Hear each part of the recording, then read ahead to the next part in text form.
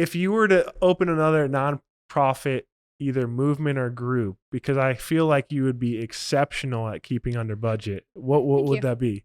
I would open an adoption agency. Okay, I should have just guessed that. Foster care, adoption, all of that. It's talk about somebody who needs to learn to. Adoptions are expensive. I was adopted. My sister was adopted, Yeah. and there's a lot that needs to be done with that. We need more kids adopted, and it needs to be cheaper. Yeah. I didn't know if you want to talk. Do you want to talk about your life story on that end? Yeah, sure. All right, awesome. I'm fine with whatever.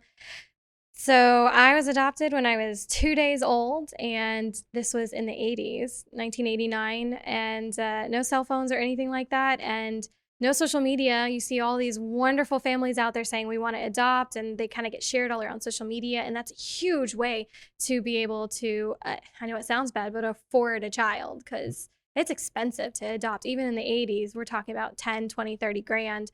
And so back then, as you do now, you tell everybody you're adopting, like, we want to adopt, tell somebody you know. And so my parents did that in the church specifically. And it was, my mom said it was 7 people, 7 points of contact between the first woman between my mom and my birth mother. And one person in there said, yeah, my friend's daughter's niece is having a baby. My mom, I don't know if she got a phone number or whatever, but my parents were headed out of town and decided to stop by this woman's apartment, hoping to like talk to her and say, can we have your baby? I mean, when you want to be a mom and you want to have a family, you'll go to extreme lengths, especially if you can't physically have a child, which was my mom's case. Right. And so they stopped by this random woman's apartment. Somehow she got her information, and she opened up the door with me on her arm. A little Mel. Yeah, a little bitty, and I was a cute baby. And my mom said that they sat there and they talked in her apartment because they didn't know that she had already had me. And my birth mother had asked her a few questions and wanted to make sure that I was going to a Christian family and that they had enough money to give me a good lifestyle. And my dad had just bought my mom one of those brand new 1989 red Firebirds, like just nice. the it car. And my mom like showed her, I mean, we just bought that. And granted, my mom had to turn it in after that, like go get a mom van. I see. And your mom just flexing on her, but okay. Yeah. And they went home with me after that. And my mom and dad said that they drove home in complete silence.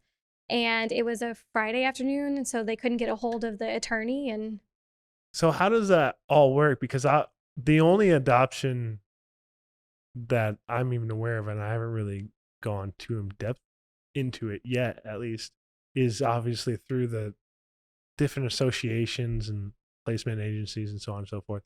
So this case was literally finding someone through connections. And how does that process work? Because I feel like, what if the mom has regrets, or, what if, it's not as clean as it should be? Like, I feel like there's a lot of like small things that could be bumps. How does that process usually work, and how should it be done correctly? Obviously it was done correctly in your case. Well, I mean, it was a little shady to just like go home with me, but my birth mother had just given me to my parents. Okay. When you I was thinking correctly because you said about you mentioned the lawyer, so I thought there was something already involved there. So my parents had already hired an attorney because they had put in at every agency, and that's what you do. At least you did back then. Now you tend to just like go through one agency, and they usually have an attorney hired through the agency to work with you on that.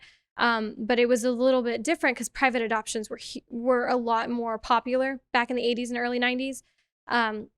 So when you go through that process, it is a lot of faith and a lot of fear, because prior to me, my parents had lost 2 children that the birth mother had already said, 2 different children, 2 different birth mothers had already said, you can have the baby. And in one case, like the mom came out of the hospital after her child, and my mom legally had already had the baby because the paperwork was signed prior to the birth. And my mom was like, I just can't take a child from a mom who wants her child. No matter how much my mom wanted, it's just extremely emotional. You just have to have a lot of faith that you're going to get the child that was meant for you.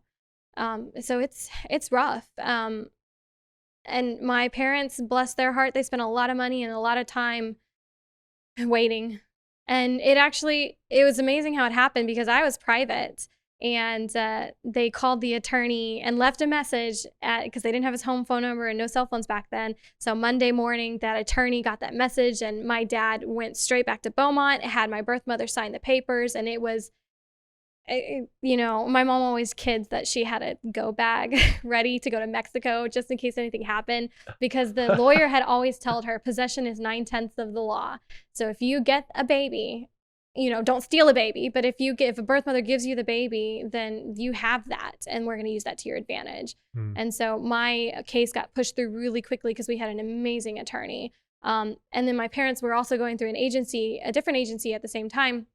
And 12 days later, 14 days after I was born, they called her and said, we have a little girl here at the hospital for you. The mom here's your baby. And so my parents got 2 babies at the same time. Wow. We're 14 days apart. That's crazy. Yeah. That's crazy. The original situation where the birth mother did not had second thoughts. How often do you think that happens? How often? More often than people would like to admit. And Yeah. you can't blame them. I mean, my husband and I are right now trying to have a baby, and I can't even imagine, giving up a child. But the women who do know that there's a family out there who just longs and yearns for a baby, and it's an amazing thing on both ends. It really is. Yeah. And that's just insanely important if that's done correctly from the beginning too. Because then if not, you get into the foster situation. And then you also deal with open adoptions and closed adoptions, and there's a lot more this day and age that I'm realizing that there's agreements between the birth mothers. It's mostly the birth mothers, because usually when you give your baby up, the birth father's not involved.